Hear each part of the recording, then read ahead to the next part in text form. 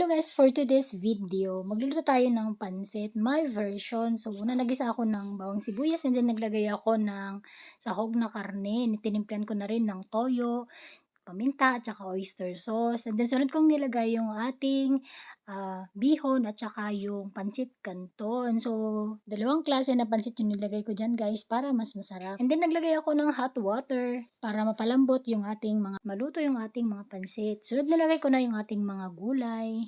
Carrots at cabbage lang guys yung meron ako na gulay. Naglagay ako ng additional seasonings na black ground pepper para mas malasa. Then, stir ko para mag-blend yung lasa. And then, agad ako ng patis. So, dinagdagan ko ng pampalasa, guys. Para mas masarap. Tsaka, medyo matabang din kasi. Then, keep on stirring. And then, maya-maya, ayan na. Luto na yung aking pansit may version, guys. Kain tayo. Yummy to. So, masarap to kahit pang merienda lang. At kahit hindi birthday, pwede rin naman magluto kung nag-crave kayo. Yun lang, guys. Thank you for watching on this video. Bye!